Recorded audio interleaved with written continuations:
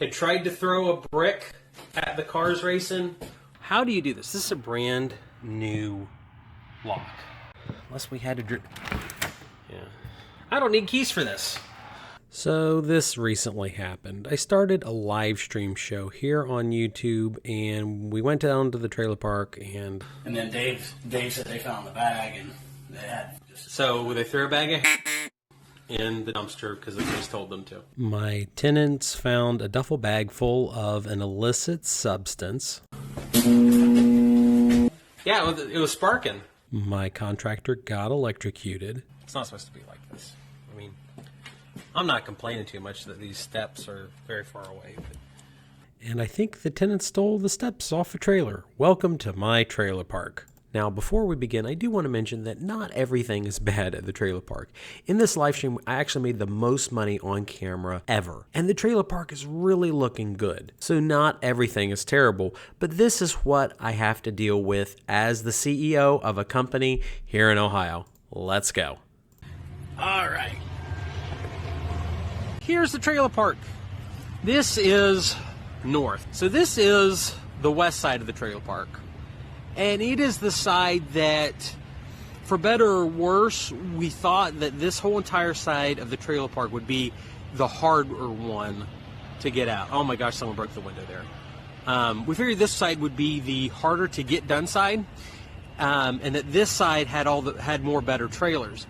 The problem was, and this is a coronavirus thing, electric meters. We just could not get electric meters to save our lives. So it just took us forever to get these. So this is the one where I had people die in, this trailer sadly, and someone's come by and they have broken out the windows. Someone broke this window out, and like I've said, as time goes on, now that I've got a full-time assistant and we're actually working on this stuff, here's more windows that are broken out, and someone took a BB gun. Hey, that's exactly what I want to see as a BB. So as time goes on, what we're going to do is just start putting freaking hidden cameras and all this, and I'm going to start my own ghetto trailer park boys show, and we're going to catch the people doing it, and we're either going to put them in jail, or we're going to ruin their life through social media, because I do happen to own the newspaper here. The newspaper that found out that they were operating a chop shop out of one of my other places. But what would you guys think about me building tiny houses instead at the trailer park?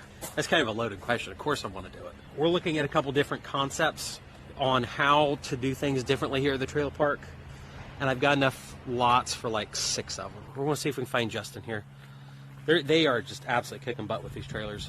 The trailer park is now cash neutral. We're not losing any money on it. We're not making much money on it. We're like making maybe $500 a month now. We've just had 2 trailers get approved by the state of Ohio, and we've got like another 4 more that they're working on right now. Hey, Justin. Hey. They complained to you and they complained to me. Was it Lot that was accused of racing their cars up and down the middle, almost hitting kids? Whose kids did they almost hit? Lot? Yeah, I think so. I know if it was Lot or 20 kids. Well, they did hit Dave's truck. And then... Is that, oh, yeah, that's where that came out of. They hit his truck and trailer, didn't they? Yeah. And is that when we put an eviction notice on their door, or had we threatened to evict them? I'm trying to figure out the time frame for everybody on the video. Yeah, they got notices because they had like 6 cars also. So they had 6 cars. They were racing trailers, almost running kids over. I had somebody that told me that they either had tried to throw a brick at the cars racing, or someone was successful. Had you heard anything about that? Yeah, something like it. Jeremy for SitePost sent me the copy of the police complaint. The one that got arrested? Oh, did they get arrested? Because in the police complaint there wasn't a... Yeah, so the dude that SitePost shared, he was the first one that was down here got arrested. He got out of here before the cops came. Okay. And then the second ones, they got their names. Lot 5 has their name. I guess they took them to jail, but they don't show on the roster. No. Okay. So I just took them away. So. Okay. They just took them away. And then Dave said they found the bag, and they had... So the cops didn't want to know what they just put it in the dumpster. So the cops said to put... Dave and them, whatever, was like, hey, we found her bag. And he said, just throw it away. So they threw a bag in the dumpster because the police told them to. All right. County Sheriff. I just don't think they want to deal with the paperwork. Yeah, they should. Yeah. Did they...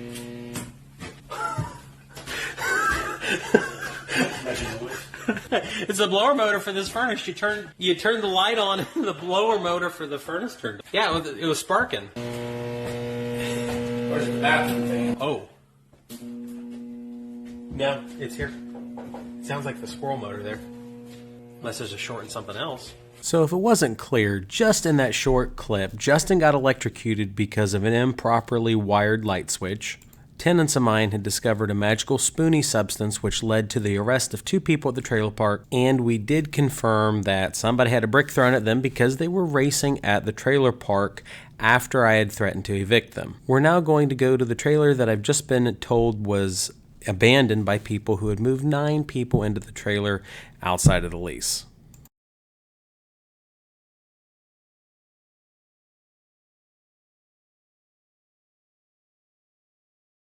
How do you do this? This is a brand new, unless we had to. So this was a fully renovated trailer, and I've got the pictures to prove it. It smells awful. They had 4 dogs, 2 cats, 9 people living in this trailer. And my assistant that I had hired, as far as I'm concerned, was not doing their due diligence and listening to me. We had professional cleaners in here to clean this trailer up. This is 2 months of dirt. This is what they managed to do to the trailer in 2 months. Now, we issued them an eviction notice, and they did leave without us having to take them to court. But how much do you think, generally speaking, this trailer is going to cost me to fix? Notice that we have no floors in here. We had put brand new laminate down. Doesn't look good, guys. Doesn't look good at all. This is what they did to the trailer. Oh my gosh. Okay, so they have totally put a hole in the floor right there. I don't even know how that's possible. Oh my goodness. This is 2 months worth of damage. Look at all those freaking flies. Oh my goodness. Look at this. And they put a freaking hole in the floor. I will fall through that. See this laminate right here? This is what we put brand new in the whole trailer, and they've ripped this out. So, from what I was told, CPS came in, and because there were 8 kids, little kids living in here, they took the kids. And it's not that I want to make people homeless, but it's like this is going to cost thousands of dollars to fix. And, you know, who pays the bill? My company pays the bill. And we can only recoup it through increased prices on everybody else. There on that trailer is, they moved 9 people into it technically. And there's just the amount of damage they did there's absolutely incredible. Absolutely incredible. And they were driving at like 50 miles an hour because one of the trailers, I can't say which one, has cameras. And they estimated the speed of the people racing at my trailer park at like 50 miles an hour while kids are here. Even though this trailer sucks and this trailer sucks, things are really starting to look better at the trailer park. And we're in the middle of the winter right now, and everything looks bad when the grass is dead. Like I said, Justin's over here. He's working on this side pretty dang well right now. We were in 28. That'll be up soon. They've got some trim and stuff, whatnot to do. That one will rent for around $600. This is an actual lot larger. This is like a 16 by 80, and it'll rent for probably $700 a month is what we're asking on it. So I'm pretty excited because every single one beyond this point is profit. But we do have a problem with trailers like 33 over here. I don't think it's economically recoverable. Let me peek in the window and show you guys what I'm talking about.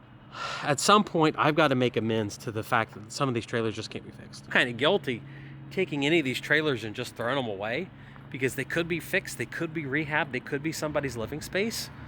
But I think as far as the economics go, I just don't think they're savable. We'll peek in the broken window here on this trailer, and we'll see what you guys think. Tell me what you think about the condition. Tell me if you think that this can be saved. I don't think it can be. You see it? It looks like absolute crap, and I don't think that I can salvage it. Everything can be fixed for the right price, but if I spend $30,000 fixing it with the current coronavirus prices, Like, everything's still expensive. Labor's super expensive. But if I spend $30,000 fixing it and I want a 10% return just off the repairs, I'm going to have to charge an extra $300 to fix it. And $300 on what? Compared to bringing in a brand new trailer for $10,000, or at least much nicer trailer for $10,000. Some of these don't make economic sense to save. Especially, we've got a couple companies that will finance tiny houses, and we're trying to figure out with the state of Ohio if the state of Ohio will let me finance let me just install tiny houses here. If we can do that, then, you know, $250 for a tiny house or $500 a month for a trailer. I think most people go to tiny house. I believe all of the floors are bad and all the walls are bad, and we'd have to go and rip everything out. I think that's what's wrong. We could ask Justin how much he thinks it would cost to fix, but for better or worse, like, I can sit here. Let's do this. This will be fun. Lot number 4, we spent $14,000 on. Lot number 10, we spent $9,500 on. Lot 12, that's the disaster, the absolute disaster, I think I spent $8,500 on rehabbing it. Next to lot 12 is 14. That's like my saving grace there. We only spent like $4,000 on it. So that's lot 14. Lot 16, that's a $15,000 minimum rehab. Lot 18, $10,000. Lot 20, $20,000. That's lot 26, the nice big one. We only spent $6,000 on, so that's going to be cool. Lot 28, that's going to be an $8,000 rehab. Lot 30, 34, 36, 38, 40, 42, 44, 46. From that blue and red one all the way over here, I'm estimating an average of $12,000 per rehab to fix these trailers up. And at those rates, it makes sense. Because if I want my 10% return, I can charge a $150 premium on fixing them. Lot 33, $30,000. Lot 35, and it's not too bad. That's probably $12,000. I'm guessing $14,000. That one over there is like 8. The one next to it, 20. The one next to it, 30, maybe 25. Lot 45 there, almost on the end. That one's pretty trash. That one's going to be about $6,000. I hate using this term because I use it all the time. It is what it is. But you look at these prices, I've still got an outlay still yet to pay on this trailer park of probably $100,000. And we haven't made any money off of it. We haven't made anything off of it. We're breaking even, which is good. But we've got a lot to go. I'd love to get this the whole thing asphalted. I'd like to put in a nice parking lot, maybe a playground. We've thought about building like mini storage units for the tenants here. I could get that done for like $25,000. I'd like to get some perks for this park to make it look nicer than it does, but everything comes at a dollar value, and sometimes that dollar value is really high, and for better or worse, I've got to justify everything that comes in here, comes out of my mouth as far as prices go.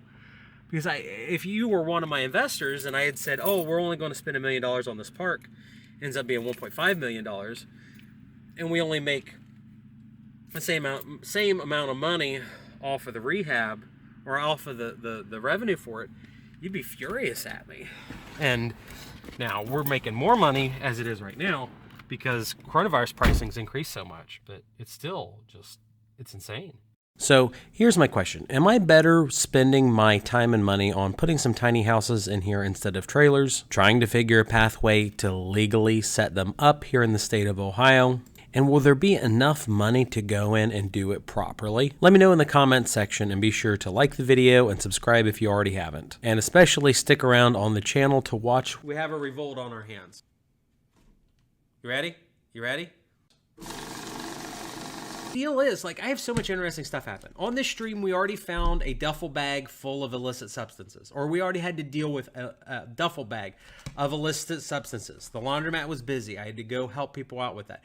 We talked about Eddie's abandoned gym, the problem there, about the potential for me buying an abandoned warehouse. We went to the laundromat. We had some fun things happen there. We came here, we counted this money.